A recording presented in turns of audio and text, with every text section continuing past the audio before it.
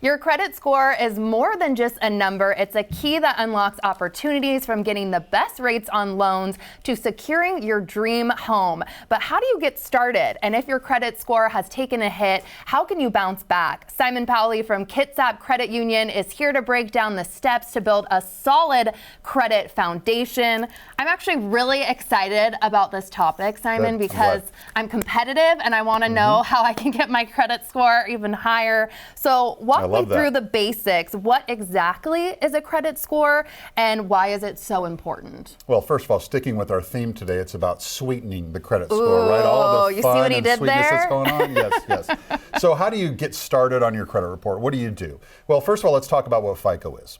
FICO is a reporting bureau. It's a 3-digit number that determines how creditors, lenders, landlords look at your ability to repay them when you're part of their, either a financial institution or a part of their landlords. Absolutely. What's a good credit score to aim for? That should be a goal for everybody. Good question. So a FICO score goes anywhere from 300 to 850. So there's 3 different areas that you want to focus on. One is a good credit score, 670 or better. Okay. A great credit score is 740 or better. And a really good elite credit score would be 800 or better. Incredible. And what would you say to someone that is starting from scratch, maybe hasn't quite built enough credit yet? How do they build a credit score? Yeah, I'm having these conversations. I've got a daughter that's 18 and 22, so they're starting this journey with them. And so there's a couple things you do. One, you need to know that you need to show repayments. So it's all about being able to pay that and reestablish your credit or establish your credit that way. So one, become a signer on an account. So for my daughters, I put them as a dedicated signer on my credit card. I can kind of keep, watch over that, and they can make monthly payments, or we can work together on that and establish a cadence for them to set that up for number one.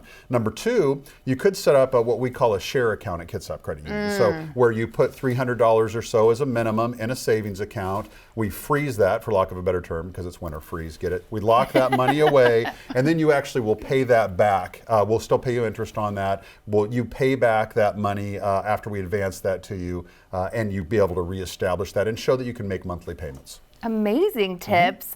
And how does a share, you kind of touched on this, but share secured loan work? Yes. So again, take that money, you come into a local branch in our case, put $300 in a savings account. We would set that aside. We'll tell you kind of how you make interest on that. We would then advance you that money back, and then you would pay that back on a regular interval, and whatever the interval is for that loan, whether it be 12 months, 24 months. But really, we want to see a good succession of, say, 12 months of payments or so. So again, on your credit report, what that looks like is a regular credit card or an installment loan. Think of a car loan, something like that. It shows the same way in the bureau. So they look like you actually have a relationship with a financial institution and you're making regular payments back to them. And so your likelihood from a risk perspective is good that you'll pay them back as well.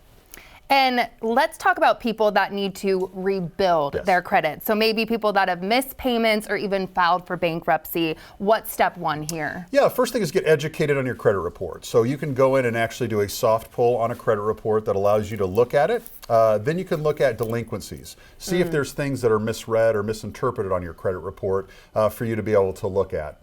You can dispute any of those errors. 1 in 5 credit reports may have an error on it, which impacts your credit score. So look and see if there's any errors on there to do that.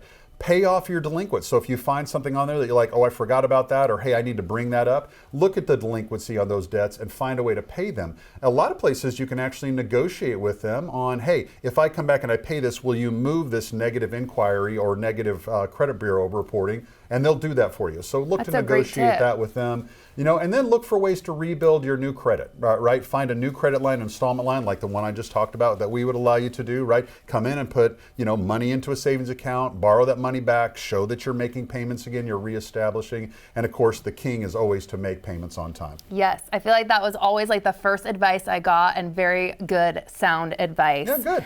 I want to also talk about some myths.